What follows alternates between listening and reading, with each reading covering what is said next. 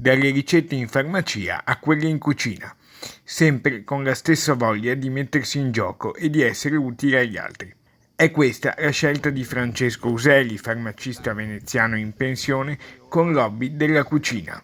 A distanza di quasi 50 anni dal suo primo diploma di maturità classica, conseguito a Udine nel 1971, è tornato sui banchi di scuola per conseguire il diploma di cuoco all'Istituto Professionale Barbarigo di Venezia. Ho avuto la fortuna in questa stagione di prendere il diploma IPSEOA a Venezia, Istituto Professionale di Stato Enogastronomia ed Ospitalità Alberghiera.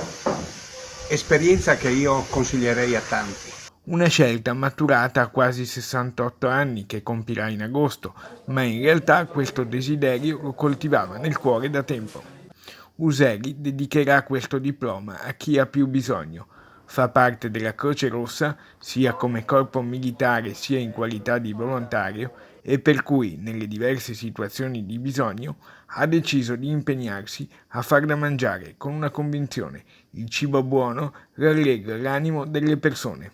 Ecco che io, che ho ricevuto tanto dalla vita, voglio ora essere capace di poter donare a chi ne ha estremo bisogno.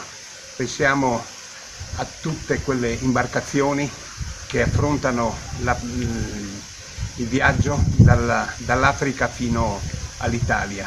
Non tutti ce la fanno, molti per fortuna ce la fanno, nonostante gli impedimenti, nonostante l'ospitalità in questi ultimi tempi non sia fra le più eccellenti. Però la prima cosa che chiedono è il mangiare e noi dobbiamo essere pronti per darglielo. 2 anni di scuola frequentata assiduamente, un'esperienza indimenticabile e un esame di maturità brillantemente superato con il voto di 97 centesimi. E soprattutto un grande insegnamento utile a tutti. A qualsiasi età è bello mettersi in gioco e non si smette mai di imparare.